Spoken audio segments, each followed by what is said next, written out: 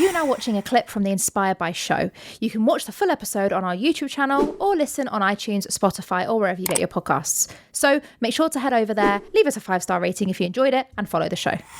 When you're in your career at the minute, in your business journey, you are one of the few females in your industry. So for anyone that, hasn't come across you before, you are known in the martial arts industry. So how did you find that, being one of the few women, and also, albeit very successful in that industry, probably successful than a lot of the men in the industry? How did you find that dynamic?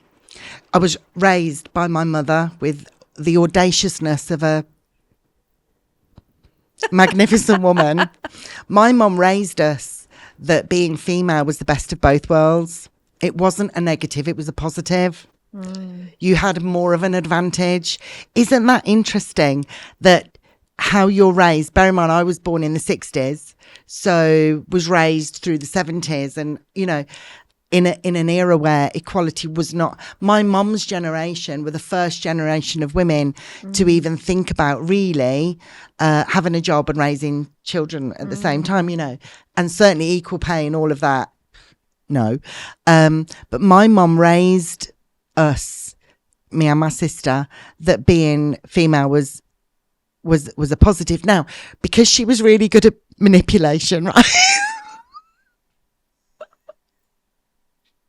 Like, she was world-class manipulator, and she was drop-dead gorgeous. You're raised by this woman who could beguile anybody and anything, combined with my mum could give you a masterclass in negotiation, sales, business. Like, she could sell sand to an Arab, right? I mean, it's no surprise that both my sister and I run our own businesses, and we'll always make money because we've been able to sell since we've been able to walk, So we weren't raised to see. It didn't occur to me that being in fact, what occurred to me was, at the time, where my journey in martial arts was, I don't train. I don't. I'm on the. I provide services to them, and all I could see were these old boy network types. They were all martial artists. They were all men, and they were doing a shit job of supporting other instructors. So to me, the recipe which was male and trained, was a disqualification for doing a good job, because clearly you're not doing a good job. They were doing a good job of running their organisation, but they were treating instructors like shit and weren't supporting them.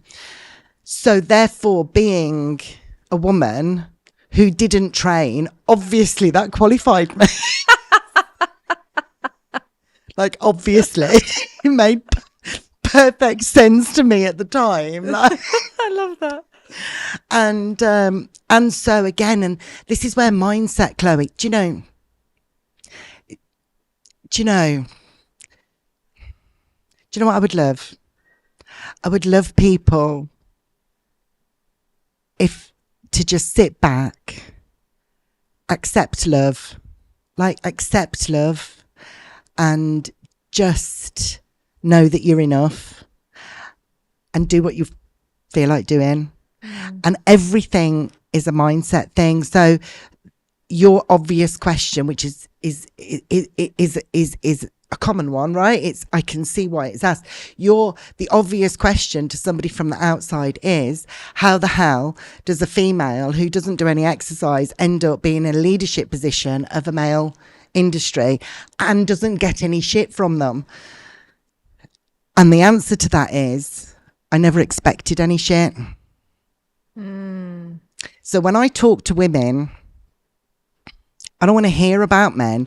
That's not to say that, patriarch didn't exist. Of course it did. And all of that, nobody's disputing that. Okay, we know. And I've been obviously I was raised in the 80s, equality wasn't always a thing.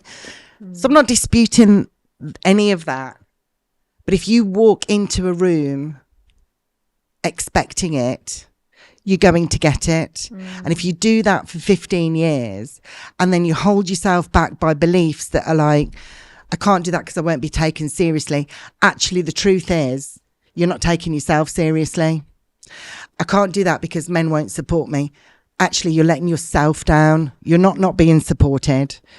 And it absolutely starts with a simple sentence. I qualified myself as a female. And I made that decision. I mean, it felt reasonable to me, and I didn't question it. And it wasn't till much later. I mean, I actually did it to piss the old boy network off because they were doing a shit job. Like, it literally was the reason.